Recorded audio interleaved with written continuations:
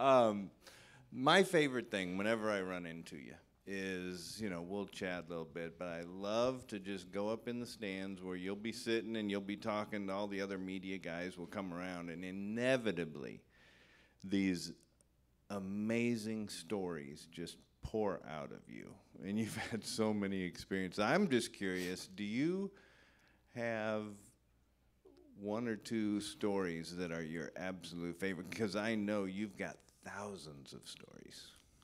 Well, one or two.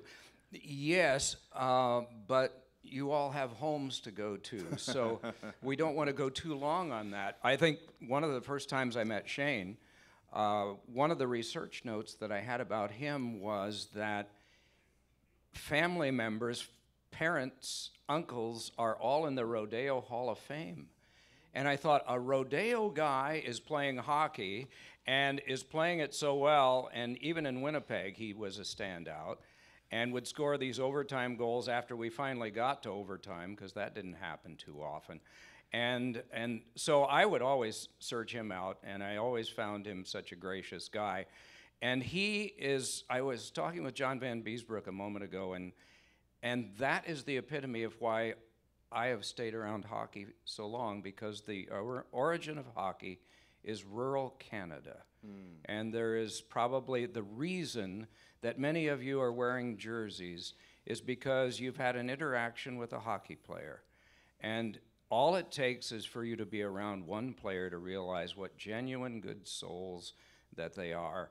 And that's how easy these stories are to come by. And so I'll try to answer your question before I'm finished. But I wish I could come up with one right now. But, okay. Sidney Crosby scores the overtime winner at the Olympics in Vancouver. And he scores it on Ryan Miller.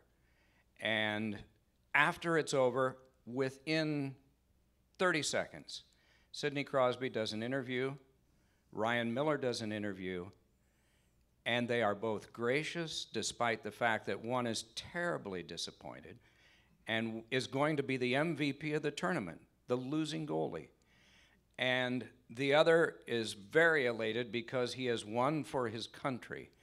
And imagine in Canada the disappointment if Canada would have lost to the United States in overtime in the gold medal game.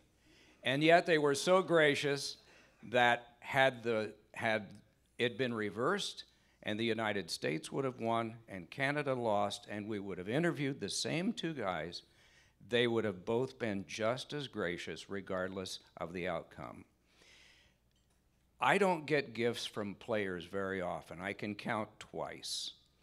2 weeks later, in the mail, I got a framed puck from that Olympics from Ryan Miller.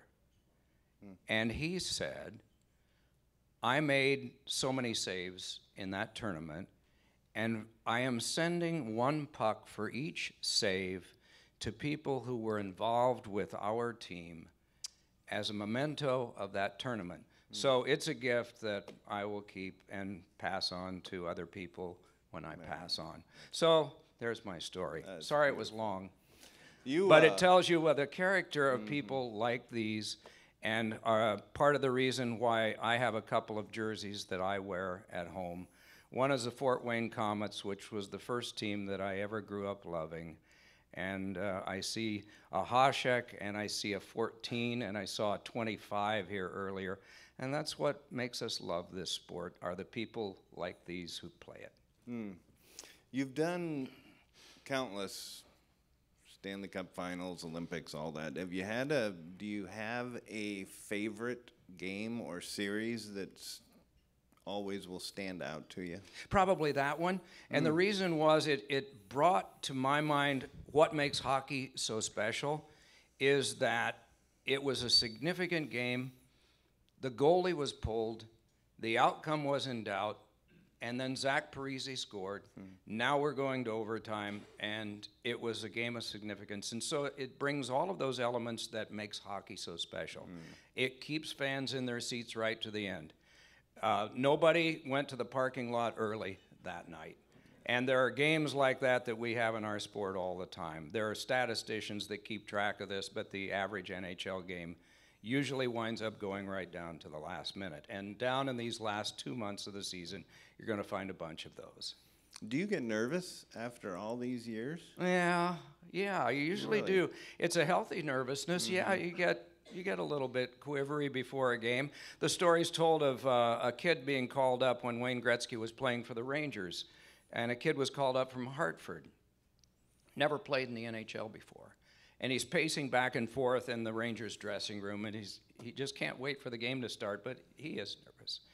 And Wayne is sitting calmly in his dressing stall, and he looks up at him, and he says, "Nervous, kid?" He said, "Yeah." He said, "So am I." We all get that way. Yeah. And I suppose it's a healthy nervousness. He had it for 21 years. Wow. And if you aren't, then it's probably time.